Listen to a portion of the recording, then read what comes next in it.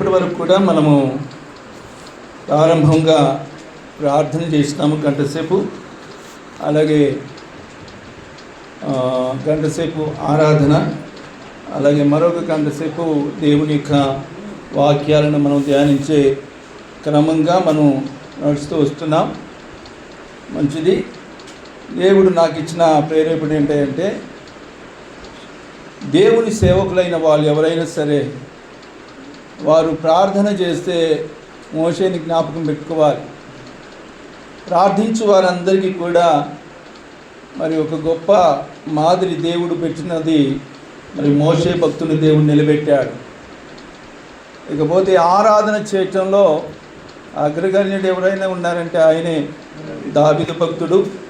కనుక ఆయనను మనం ఆదర్శంగా తీసుకొని అటు విధంగా ఆరాధించడానికి మనం కార్యోన్ముఖంగా ఆత్మచేత నడిపించబడాలి. ఇకపోతే దేవుని వాక్యాన్ని ప్రకటించడం విషయంలో పౌలు భక్తుడి కంటే అగ్రగణ్యుడు ఎవరు లేరని మన అందరికీ తెలుసు.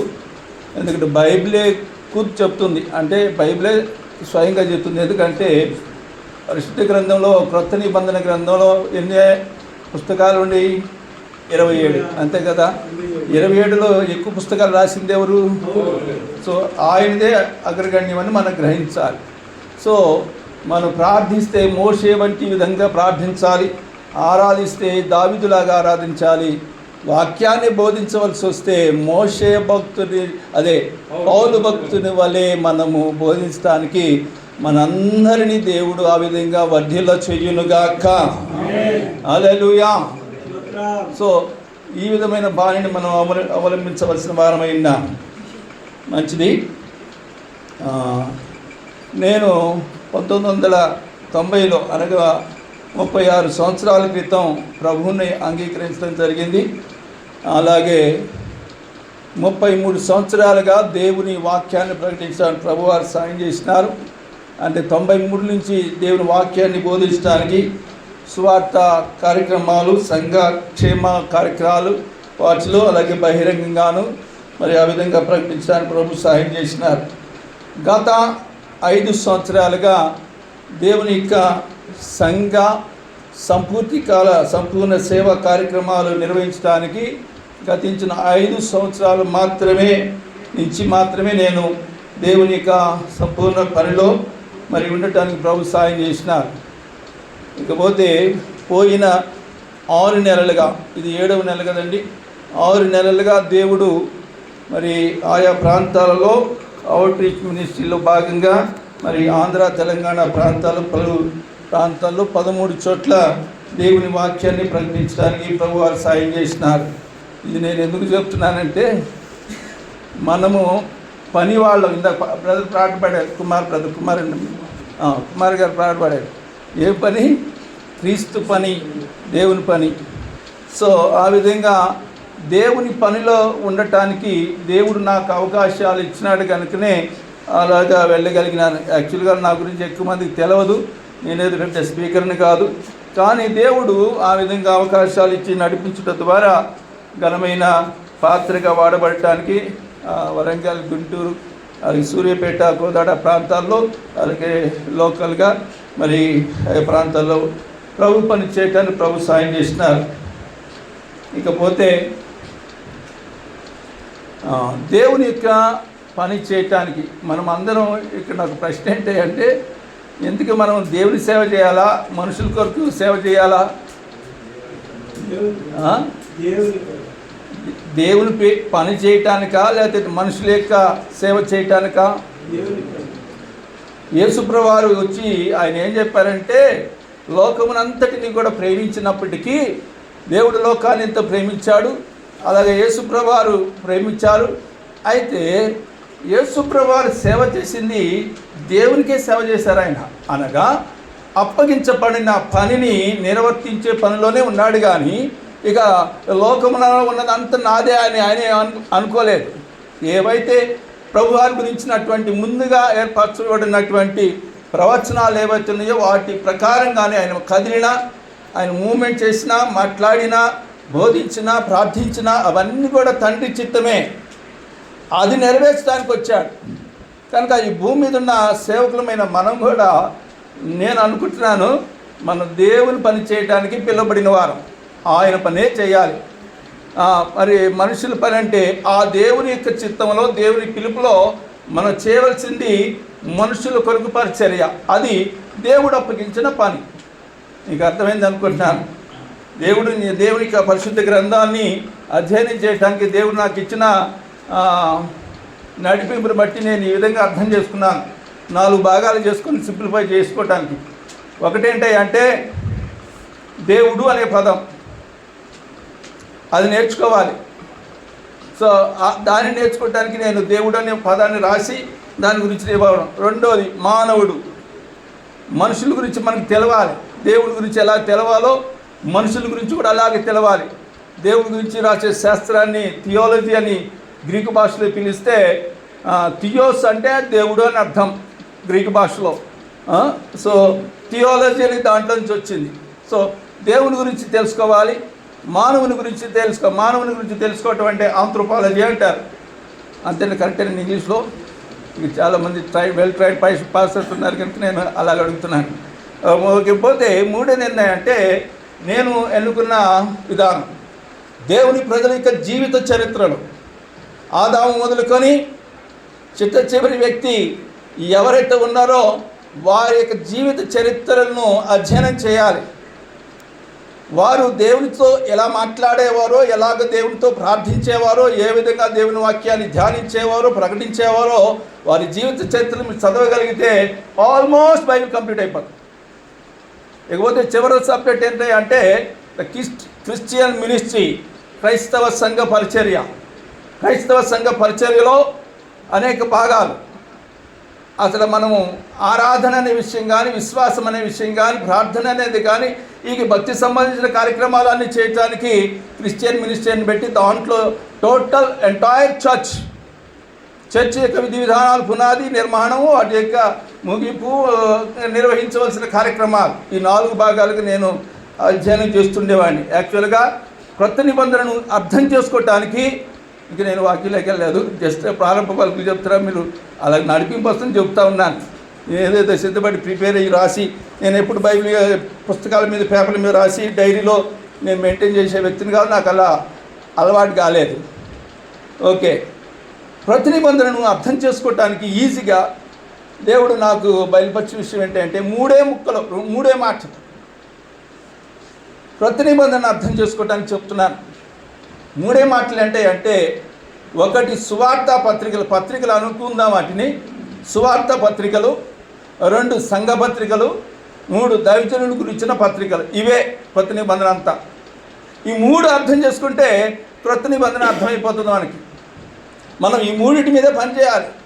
సువార్తను ప్రకటించాలి, సంఘాన్ని జీవంగల దేవుని సంఘంలో జనులాగా నడుచుకోవాలో చెప్పటానికి మీకు సబ్జెక్ట్ కావాలంటే ఆ 14 పత్రికల్లో, లేకపోతే పౌలు గారి రిమైనింగ్ పత్రికలు ఏవైతే ఉన్నాయో అవన్నిటి అధ్యయనం చేస్తే అవే మనం చెప్పవలసినవి. ఇకపోతే దైవజనుల గురించిన పత్రికలు ఉన్నాయి. అవి first of all we have to వాటిని ఫాలో చేయాలి, వాటిని తోటి దైవజనులకు షేర్ చేసుకోవాలి. ఇదే కొత్త నిబంధన సంపూర్ణంగా ఈజీ వేలో అర్థం చేసుకోవాలంటే 3 ముక్కల్లో. ఇకపోతే ప్రస్తుత కాల పరిస్థితుల్లో దేవుని సేవ చేయడానికి నాకు దేవుడు బయలుపరచడం అంటే అర్థం ఏంటంటే, నాకు అర్థం చేసినట్టుగా తెలిసి చెప్పిన 4 మాటలు నేను ముగించి వేస్తాను. 4, 5, 20. ఇంక మిగతా 10 నిమిషాలు ఉంటే అది కంక్లూడ్ చేయడానికి చెప్పే ప్రయత్నం చేస్తాను. విజయవంతమైన దేవుని యొక్క పరిచర్య. చాలామందికి ఉండే సందేహం ఏంటంటే 4 పాయింట్లు అన్నాక 4 పాయింట్లు చెప్పేస్తాను. చాలామందికి ఉండే భయం అంతా ఏంటంటే డినామినేషన్ కింద, లేకపోతే ఒక సంస్థ కింద పనిచేయడానికి పెద్ద సమస్య లేదండి. వింటున్నారా? నాకు తెలిసి ఇప్పుడు ఉన్న వాళ్ళు ఆల్మోస్ట్ ఏ సంస్థ కింద పనిచేయని వాళ్ళే ఉంటారు. ఏ సంస్థ కింద పనిచేయని వాళ్ళకి సమస్యలు ఉంటాయి. ఏదైనా సమస్య కింద పనిచేస్తున్నారనుకోండి, వాళ్ళకి ఏ ప్రాబ్లం ఉండదు. వాళ్ళే హాస్పిటల్ తీసుకెళ్తారు, వాళ్ళే జీతం ఇస్తారు, వాళ్ళే అన్ని పరిచయలు, వాళ్ళే బట్టలు పెడతారు, అన్నీ వాళ్ళే సమకూర్చే పనిలో ఉంటారు. కాకపోతే అది వాళ్ళు లిమిటెడ్గా ఇస్తారు, ఫుల్ ప్లేట్గా మీరు. సో ఏదో ఒక ఆధారం, సో అది నడుస్తూ ఉంటుంది. దేవుని మీద ఆధారపడి చేసే విశ్వాస సంబంధమైన పరిచర్య చేసే వాళ్ళకి కొన్ని సమస్యలు తలెత్తుతాయి. వాటిలో ప్రథమంగా ఏంటి అంటే ఫైనాన్షియల్గా సమస్య వస్తుంది. ఒక దేవుని సేవ ఈ దినాలలో దేవుని పరిచర్య చేయాలంటే ప్రప్రథమంగా ఎదురయ్యే సమస్య ఫైనాన్షియల్ విధంగా మనం సఫర్ అవుతూ ఉంటాం.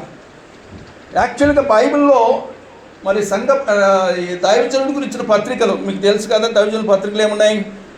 1 తిమోతి, 2 తిమోతి అండ్ తీతుకు. ఇంకేమైనా యాడ్ చేస్తారా? పేతురు పత్రిక 1, 2 కూడా యాడ్ చేసుకోవచ్చు. ఆ పేతురు పత్రికలు కూడా పెద్దనైన సంఘ పెద్ద గురించి పెద్దల్ని ఉండవలసిన రీతి పద్ధతులన్నీ కూడా దాంట్లో పేతురు భక్తుడు మెన్షన్ చేస్తారు కనుక ఆ రెండుని కూడా మనం కలుపుకోవచ్చు. ఈ 5 పత్రికలు మీరు అధ్యయనం చేయగలిగినట్లయితే దేవునికి సేవా పరిచర్య జరిగించడానికి కావలసిన సామర్థ్యాన్ని అనుగ్రహించేవాడు దేవుడే. ఒకటే మాట పౌలు భక్తుల మాటలు మనం గమనించగలిగినట్లయితే, పనివాడు జీతమునకు, ఇప్పుడు బ్రదర్ కుమార్ గారు పాడిన ఆ పాటలో పని చేయటమే మన వంతు, జీతం ఇచ్చుట ఆయన వంతు. అది 200 రానియండి, 2000 రానియండి, 2 లక్షలు రానియండి. అర్థమవుతుందా? ఒక కంపెనీలో మనం పనిచేస్తున్నప్పుడు మనం ఎంత పని చేసినామని పై అధికారి చూసి దానికి జీతం ఇస్తాడు. కానీ నువ్వు నాకు జీతం పొద్దుగు, నాకు జీతం ఎప్పుడు ఇస్తావు, జీతం ఎప్పుడు, అరే నువ్వు పని చేస్తావా, జీతం కావాలి నీకు, పని చేసినోడికి జీతం ఉంది, ఆల్రెడీ నీకు అపాయింట్మెంట్ ఆర్డర్ వచ్చింది, పిలుపు ఉంది కదా, కన్ఫర్మేషన్ ఉంది కదా, నీకు జీతం వస్తుందో బాబు, నువ్వు ముందు పని చేయి. మన బాధ అంతా ఎటువంటిదంటే పని చేసేసి పక్కన పెట్టేసేసి నువ్వు నాకు అది, నాకు ఇది, నాకు ఇది, నాకు అది, మేము అది బాధ. ఇవన్నీ కూడా గమనించండి. ఇప్పుడు ఉన్న ప్రస్తుత సమాజంలో కంపెనీలో ఒక వ్యక్తికి ఇంట్లో ఆపద ఉందనుకోండి, కష్టమేముంది, బాధ ఉంది, కానీ ఆ పై మా బాస్ ఏమంటాడంటే, ఏ రవి ఇది ఇడిచిపెట్టేస్తే, నేను గతించిన 5 సంవత్సరాల బ్యాక్ 5 సంవత్సరాల క్రితం నేను ప్రాజెక్ట్ మేనేజర్గా కన్స్ట్రక్షన్ కంపెనీలో వర్క్ చేసిన, త్రూఅవుట్ ఇండియాలో వర్క్ చేయడం జరిగింది. సో అతను ఏమంటాడంటే, నాకు సమస్య ఉన్నప్పటికీ కూడా ఇది నువ్వు చేసి వెళ్ళిపో అంటాడు, అంతే. ఆయన నాకు సమస్య ఉందాయో బాబు అంటే ఆయన నువ్వు ఇది చేయి అంటాడు. నేనేమంటానంటే అదే చేయాలి, యజమానుడు చెప్పినట్టుగా మనం చేయాలి. కానీ మనకు తోచినట్టు మనం చేస్తే ఉద్యోగం నుంచి ఊడిపోతుంది మనకి, అవునా కాదా? నేను ఒకసారి ఎమర్జెన్సీలో ఊరికి వెళ్ళాలి, మా బాస్తో నేను చెప్పిన ఊరికి వెళ్ళాలంటే, రవి బిల్లు ఉంది బై, ఈ బిల్లు ఉంది, బిల్లు కంప్లీట్ చేయాలి, నువ్వు ఊరికి వెళ్తే ఎట్లయితుంది, మా పేమెంట్ కావాలి అర్జెంటుగా అంటే, సార్ నేను అర్జెంటుగా వెళ్ళాలి కదా సార్ నేను అన్నా. వెళ్ళాలంటే ఆయన అంటాడు, రవి నువ్వేం అనుకోకు, నువ్వు ఇది కంప్లీట్ చేయి, నువ్వు కంప్లీట్ చేసి నువ్వు ఊరికి వెళ్తావు కదా, దానికి అయ్యే ఖర్చులను నేనే ఇస్తా అన్నాడండి. నేను పోస్ట్ పోన్ చేసి అదేమి కరెక్ట్గా అదే డేట్కి వెళ్ళాలని అవసరం లేదు. దీని అర్థం ఏంటంటే, మనం దేవుని కొరకు ఎంతగా ప్రయాసపడతామో ఆ ప్రయాసను దేవుడు అట్టివేట్టుకోడు. ఆమేన్, హల్లెలూయా. మనం పడిన ప్రయాసకు తగిన జీతమును దేవుడు అనుగ్రహిస్తాడు. ఒకసారి నాకేమైందంటే, ఒక ఇంట్లోకి వెళ్ళి ప్రార్థన చేస్తే వాళ్ళు 200 రూపాయలు కానికిచ్చారు. కానికిస్తే నేనేమనుకున్నా, మా మిస్సెస్ చూసుకుంటే 200 రూపాయలు ఉంది, అయ్యో వీళ్ళు 200 రూపాయలు ఇచ్చినారని చెప్పేసి వాళ్ళు కలిగిన వాళ్ళు, పేదోళ్ళు ఇచ్చారంటే మనం బాధపడే అవసరం లేదు. కానీ కలిగిన వాళ్ళు కూడా 100 చేసి పెట్టేసి అవి చేశారు. అయితే నేనేమన్నానంటే, వాళ్ళని ఏమనుకోలేదు సుమా, నేనేమనుకున్నానంటే మా పెసితే చెప్పిన, మా మిస్సెస్తో చెప్పినాను, చేసి ఈరోజు మనకి దేవుడు కూరగాయలు కొనుక్కుంటే డబ్బులు ఇచ్చాడు. ఆమేన్, హల్లెలూయా. కూరగాయలు కొనుక్కుంటే వచ్చి ఈ డబ్బులతో అని చెప్పి అన్నాను. మీరు నమ్మితే అంటే నమ్మకపోవచ్చు, నమ్మొచ్చు, కానీ దేవుడు నేను 5 సంవత్సరాలుగా చేసిన పరిచర్యలో ఒకే వ్యక్తి 1,40,000 రూపాయలు నాకు ఇచ్చాడు. అవసరం అంటే చర్చ్ నిమిత్తం, చర్చ్ కట్టడం జరిగింది. ఆ చర్చ్ కన్స్ట్రక్షన్ నిమిత్తం 1,40,000 రూపాయలు ఇచ్చాడు. అసలు నాకు ఆశ్చర్యం. నేను అప్పుడు నమ్మింది ఒకటే, పనివాడు జీతం నాకు పాత్రుడు. నువ్వు పని చేయయ్యా, జీతం ఇచ్చడం నాది, నువ్వు జీతం ఎప్పుడు ఇస్తావు అనుకో, నీకు జీతం కాదు, అరే నేను ఎందుకు పెట్టినా పని చేయాలి కదా బాబు, నువ్వు పని చేయి, సువార్త చెప్పు, సేవ విశ్వాసం దర్శించు, వాళ్ళ ఆ బాధలో ఉన్న వారిని వారి కొరకు వీరి కొరకు ప్రార్థన చేయి. ఆ విధంగా ఇండిపెండెంట్గా అంటే సొంతంగా పరిచయం చేసే వాళ్ళకి ఎదురయ్యే సమస్యలు ప్రోత్సహించడం నిమిత్తమే నీ సాక్ష్యం చెప్తున్నాం, వేరేం లేదు. మన అనుదిన అవసరాలు తీర్చేది బాధ్యత ఆయనదే. మనం సరిగా ప్రార్థన చేసినా చేయకపోయినా మనకున్న అవసరతను బట్టి దేవుడు ఏం చేస్తాడంటే వీళ్ళు బలహీనులై ఉన్నారని బలపరచడం నిమిత్తమైన ఆయన ఆ కార్యక్రమాలు జరిగించే దేవుడైనా. నేను వ్యక్తిగతంగా ఈ 5 సంవత్సరాలనే మరి 1,70,000 రూపాయలు పెట్టి ఒక ఫంక్షన్ హాల్లో గొప్ప కార్యక్రమము చర్చ్ యానివర్సరీ జరిగింది. దానికి కూడా దేవుడే వాటన్నిటిని కూడా నిర్వహించాడు. ఊహించిన విధంగా దేవుని గొప్ప కార్యక్రమాలు జరిగించడం జరిగింది. ఇవన్నీ సాక్ష్యంగా చెప్తున్నాను. విజయవంతమైన దేవునికి సేవా కార్యక్రమాలు జరిగించడానికి ప్రతి సేవకుడు కలిగి ఉండవలసిన 4 విషయాలు. నెంబర్ 1, సామెతల గ్రంథం 30వ అధ్యాయం 3వ వచనం చూద్దాం, చూడండి. సామెతల గ్రంథం 30వ అధ్యాయం 1 నుంచి 3 వచనాలన్నా చూడొచ్చు, ప్రాబ్లం లేదు. దేవోక్తి ఏమనగా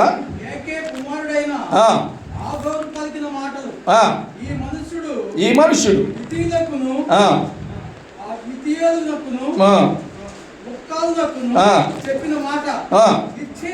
నిశ్చయముగా లేడు, నరునుకున్న వివేచన నాకు లేదు. అది చూడండి, ఆయన ఏమంటున్నాడో ఆగూరు అంటున్నాడు. సామెతల గ్రంథంలో 31 అధ్యాయాలు అంటే మొదటి 29 అధ్యాయాలు మాత్రమే సొలొమోనుకు సంబంధించినట్టు ఉంటే మిగతా 2 అధ్యాయాలు దేవోక్తులని రాసి ఉంటాయి. లెమూయేలు తల్లి రాసిన మాటలే అక్కడ ఉంటాయి, ఒకటేమో ఆగూరు రాసిన మాటలు. ఆగూరు ఏమంటాడంటే నరులకు ఉన్నటువంటి చదవండి లేదు కాను అదుగో ఏమంటాడంటే పరిశుద్ధ దేవుని గురించిన జ్ఞానము పొందలేదు అన్నాడు. ఇది చాలా కష్టమండి. దేవుని పని చేసే ప్రతి దైవ సేవకునికి దైవజనునికి ఉండవలసింది ఏంటంటే పరిశుద్ధ దేవుడైన దేవుని గురించినటువంటి అవగాహన, జ్ఞానం కలిగి ఉండాలి. రెండోది ఏంటంటే దైవ ప్రేమ కలిగి ఉండాలి. ఒకటి, దేవుని యొక్క జ్ఞానమును మనం పొందుకొని ఉండాలి. 2, దేవుని యొక్క ప్రేమను కలిగి ఉండాలి. దేవుని సేవ చేసే ఎవ్రీ పాస్టర్, ప్రతి దైవజనుడు దేవుని ప్రేమను కలిగి ఉండాలి. ఇక 3వది ఏంటి అంటే దేవునితో సహవాసం చేసేవాడికి ఉండాలి. ఇక 4వది ఏంటి అంటే దేవుని పరిశుద్ధాత్మ చేత ఆ వ్యక్తి నడిపించబడాలి. ఆమేన్, హల్లెలూయా. గమనించండి, ఈ మధ్యాహ్న కాల సమయంలో పరిశుద్ధ దేవుని గురించిన జ్ఞానము లేకపోవటం వల్లనే చాలామంది వారు ఏం పని చేస్తున్నారో, దేవుని పని చేస్తున్నారో, ఇంకో పని చేస్తున్నారో, మరే పని చేస్తారో వారికి అర్థం కాకుండా ఇప్పుడు మనిషి యొక్క జ్ఞానం ఎప్పుడు తెలుసు చెప్పండి? ఊరికే గంట మోగించినట్టే ప్రసంగం చేసినట్టు కాకుండా మీతో కమ్యూనికేట్ చేస్తూ మాట్లాడటం అనేది నాకు అప్పుడు అలవాటు. ఏమన్నారు? గమనించవలసిన విషయం ఏంటి అంటే మొట్టమొదటిగా నేను చెప్పిన పాయింట్ దేవుని గురించిన జ్ఞానం. దేవుని గురించిన జ్ఞానం అనగా దేవుని యందు భయము కలిగి భక్తి కలిగి జీవించడం అని గుర్తుపెట్టుకోండి. జ్ఞానం అని మనం భయం భక్తి అంటే ఏంటయ్యా అంటే అదే ఉంది బైబుల్లో. అలా అనుకోవచ్చు, కానీ దానికి వివరణ అయితే అదే దేవుని గురించిన జ్ఞానం. అరే బుద్ధున్నాడు, ఇది పనులు చేస్తానంటారు చూసారా? అరే జ్ఞానం ఉంది. అందుకనే హోషేయ గ్రంథం 4వ అధ్యాయం మొదటి వచ్చింది చూడండి, అక్కడ ఆ మాట ఉంటుంది. హోషేయ గ్రంథం 4 మొదటి వాక్యము 6వ వాక్యం కూడా చూడండి. నాకు టైం లేదు కాబట్టి మీతో నేను ఈ పండుగ చదివిస్తున్నాను, కొంచెం సహాయం చేసి పెట్టాలి. ఇజ్రాయేలు వారులారా, యెహోవా మాట ఆలకించుడి, దేవుని గురించిన జ్ఞానమును దేశమందు లేకపోవట చూచి అది కొట్లాడుతున్నాడంట. ఎందుకో తెలుసా? దేవుని గురించిన జ్ఞానం, దేవుడు ఏమై ఉన్నాడు, దేవుని యొక్క శక్తి ఏంటి, దేవుని యొక్క మహిమ ఏంటి, దేవుని యొక్క ప్రభావం ఏంటి, దేవుడు ఏమై ఉన్నాడో నువ్వు తెలియకుండా నువ్వు ఎలా సేవ చేస్తావు? సువార్త చెప్పాలనుకోండి, ఏమని చెప్తావు? దేవుని గురించిన, ప్రభువుని గురించి 4 మాటలను పలకాలి అంటే ప్రభువుని ఎరగకుండా ఆయన దైవత్వము, ఆయన లక్షణాలు, ఆయన స్వభావము, ఆయన గుణలక్షణాలు నువ్వు తెలియకుండా నువ్వేమని ప్రకటిస్తావు? అర్థమవుతుందా? ఇప్పుడు ఒక మాట చెప్తాను, మళ్ళీ ఒక ప్రశ్న. ఇప్పుడు చాలా డినామినేషన్స్ ఉన్నాయి. భూమి మీద ఎన్ని డినామినేషన్లు ఉన్నాయంటే ప్రపంచంలో ఎన్ని డినామినేషన్లు అంటే 44,000కు పైగా ఉన్నాయి. మన దేశం కొన్ని డినామినేషన్లు. అసలు దేవుని సంఘం అని ఎవరు అంటారంటే చర్చ్ ఆఫ్ క్రైస్ట్ అని ఒక సంస్థ ఉంటుంది. ఆ సంస్థ వాళ్ళు ఏమంటారంటే మాది అస్సలు సంఘం అంటారు వాళ్ళు. మిగతా వాళ్ళందరూ వాళ్ళు డినామినేషనల్ అంటే వాళ్ళ భాష మీరు ఎప్పుడైనా వింటే, నేను విన్నాక ఒకటి చెప్తున్నాను, వింటే వాళ్ళు ఏమంటారంటే మేము క్రీస్తు సంఘం, remaining rest of the denominations అన్నీ కూడా వాళ్ళ డినామినేషన్సే. అది ఎందుకు డినామినేషన్ అంటే ఏంది? విభాగాలు అని అర్థం. డినామినేషన్ మీనింగ్ విభాగాలు అని అర్థం. ఈ డినామినేషన్ అనేది ఎక్కడి నుంచి ప్రారంభమైందంటే రోమన్ కథోలిక్ సంఘము నుంచి వేరుపడిన ప్రొటెస్టెంట్స్ ఎవరైతే ఉన్నారో అక్కడి నుంచి వచ్చింది ఇది డినామినేషన్స్. అర్థమవుతుందండి? ఈ డినామినేషన్ వాళ్ళు ఎవరికి వాళ్ళు ఏం చెప్తారంటే మాదే అసలు సంఘం. ఇది నేర్చుకోవాలి దేవుని గురించి జ్ఞానంలో ఇవన్నీ విషయాలు. ఇంట్లో వాళ్ళు ఏమంటారు, ఎవరికి పట్టుకోవాలి. ఎప్పుడు వాళ్ళు అనుకున్నామనుకోండి అసలు ఎత్తబడేది మాదే అంటారు వాళ్ళు. ఎప్పుడు నేను కామెంట్ చేయట్లేదు, చెప్తున్నా. ద డినామినేషన్స్ భేదాభిప్రాయాల వల్ల ఎన్ని సమస్యలు, ఎన్ని విధానాలు ఉంటాయో మనం గ్రహించుకోవటానికి. అలాగే పెంటెకోస్టల్ డినామినేషన్ ఉందనుకోండి, వాళ్ళు అసలు ఒప్పుకుంటారా? మీది సరియేది కాదు మాది అంటే వాళ్ళు ఒప్పుకుంటారా? అస్సలుగా ఒప్పుకోరు వాళ్ళు. ఎప్పుడో వాళ్ళు ఒప్పుకుంటారు పలికి వీళ్ళైతే అసలు ఒప్పుకోరు. ఇక సిఎస్ఐ, పెంటెకోస్టల్, అలాగే ఎల్ఈఎఫ్, లూథరన్, బాప్టిస్ట్, మెథడిస్ట్, అలాగే ప్రెస్బిటేరియన్, ఆంగ్లికన్, అలాగే చాలా 44,000కు పైకి సంఘాలు ఉన్నాయి, డినామినేషన్స్ ఉన్నాయి. ఎవరికి వాళ్ళు ఇప్పుడు ఏది డినామినేషన్ కరెక్ట్ అండి మీరు చెప్పండి?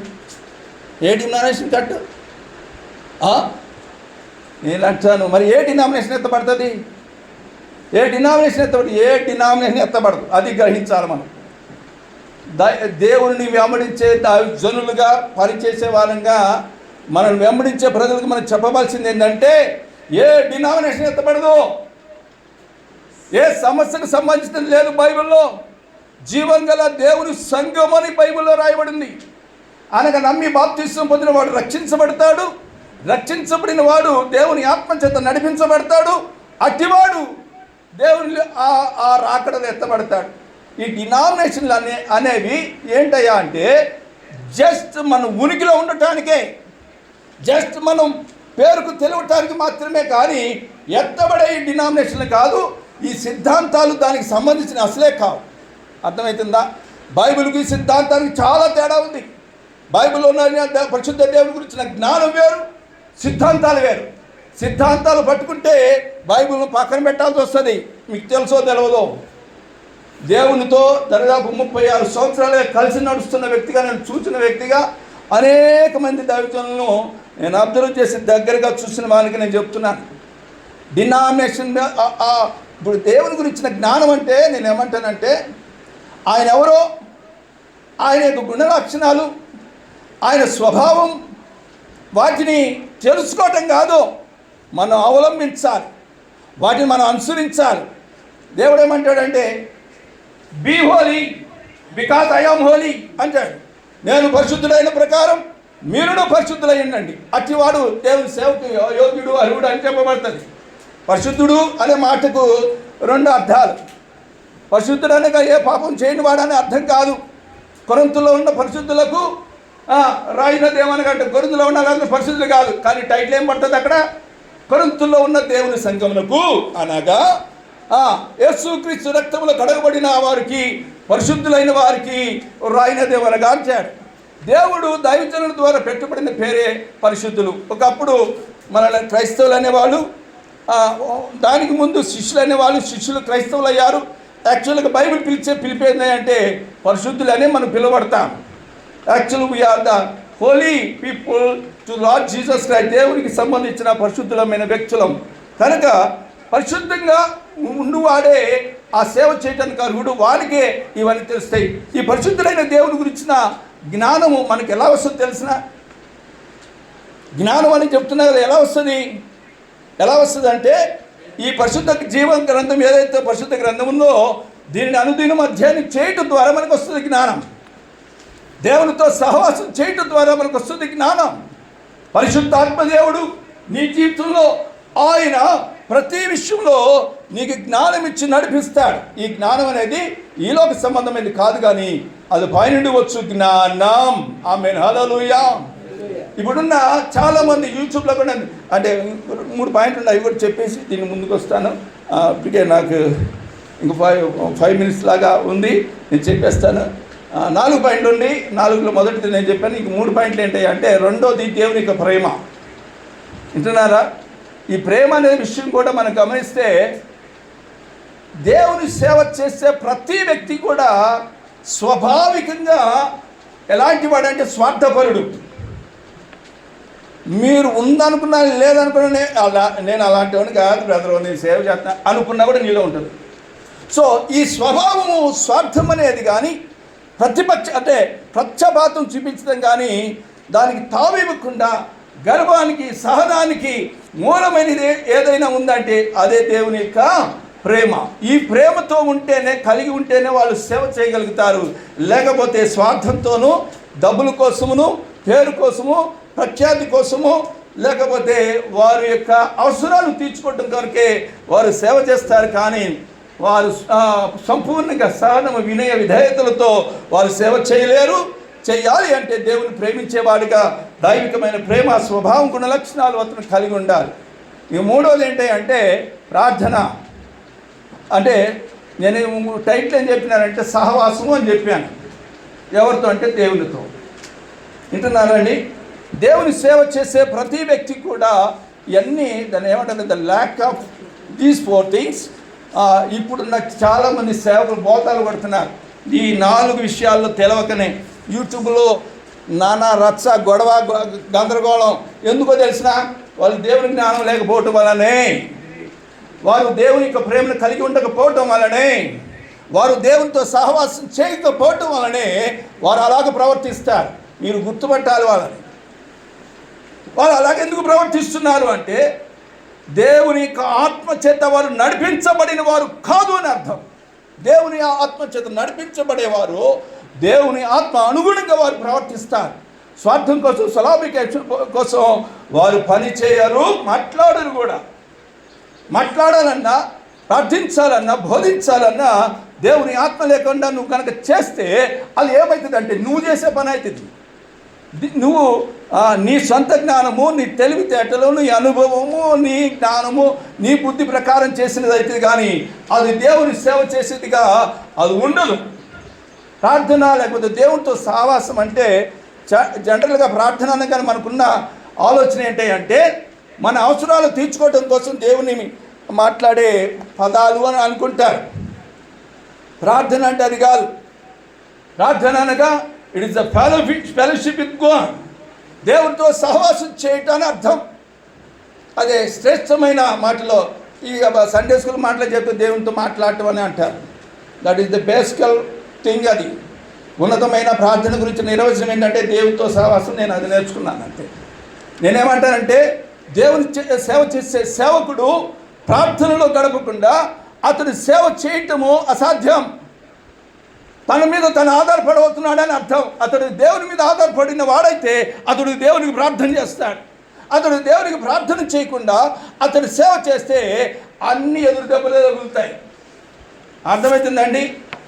ఎవరు నిన్ను ప్రేమించరు, అవన్నీ కూడా జరగవు. ఈ మధ్యాహ్న కాల సమయంలో ప్రార్థన అనగా దేవునితో సహవాసం అంటే అర్థం ఏంటంటే దేవుని చిత్తాన్ని తెలుసుకోవాలి అని అర్థం. ప్రార్థనలో నీకు అర్థమవుతుంది దేవుని యొక్క చిత్తం ఏంటో, దేవుని యొక్క సంకల్పం ఏంటో, దేవుని యొక్క ఉద్దేశాలు, దేవుని యొక్క స్వభావం, అవన్నీ ప్రార్థనలోనే మనం నేర్చుకోవాలి. ఎంతసేపు నాకు కారు, బంగ్లా, ఇల్లు, చర్చి ఇవన్నీ దేవుడు అన్నీ ఇస్తాడు. He will supply all your needs. But నువ్వేం చేయాలంటే ఆయనకు అనుగుణంగా మనం ఎంతవరకు నడుచుకుంటామో దానికి తగినట్టుగా మనకు అన్ని దొరుకుతాయి. ఫైనల్గా పరిశుద్ధాత్మ చేత నడిపించబడటం అంటే, గమనించండి, మనం దేవుని ఆత్మ చేత, ఇప్పుడు అపోస్తులు ఉన్నారు 12 మంది, వారు దేవుని సేవ వాళ్ళకి ఆల్రెడీ టైటిల్ చేసాడు యేసుప్రభువారు. మీరు వచ్చి నన్ను వెంబడించడం అన్నాడు. వాళ్ళు వెంబడిస్తున్నారు, అన్ని తప్పులు తడకలు చేసుకుంటూ ఉన్నారు. అపోస్తులను పిలిచాడు. వారందరూ కూడా అప్పటికి ఇంకా వారి ఆత్మ చేత అభిషేకించబడలేరు. వారు just they are following the Lord Jesus Christ only. అందుకని వాళ్ళు తప్పులు తడకలు చేశారు. ఎప్పుడైతే అపోస్తుల కార్యం 2వ అధ్యాయం పరిశుద్ధాత్మ దేవుడు భూమి మీదకి దిగి వచ్చాడో, వారు ఆత్మ చేత నిండిన వారై వారు దేవునికి ఘనమైన సేవ చేశారు. అప్పుడు దేవుని కొరకు వాళ్ళు బాధలు పడలే, చింతపడలేదు. శ్రమైన, గాయమైన, ఇబ్బంది అయిన ఓర్చుకోగలిగారు. తిండి ఉన్నా లేకుండా వాటి ప్రమేయం లేదు. వారు అప్పగించబడిన దేవునికి వారు లెక్క పంచగలిగినట్లుగా వారు దేవుని సేవ చేస్తూ వచ్చారు. ఈ విషయాలు మనం గమనించాలి. ఈ 4 విషయాల్లో మనం చెక్ చేసుకుంటూ ఉండాలి. పౌలు భక్తుడు ఏమంటాడంటే, తన యొక్క అంతరంగ జీవితాన్ని ఎప్పటికప్పుడు తన మనస్సాక్షిని దేవుని ఎదుటను మనుషుల ఎదుటను ప్రతిదినం ఆయన చెక్ చేసుకుంటూనే పనిచేస్తాడు.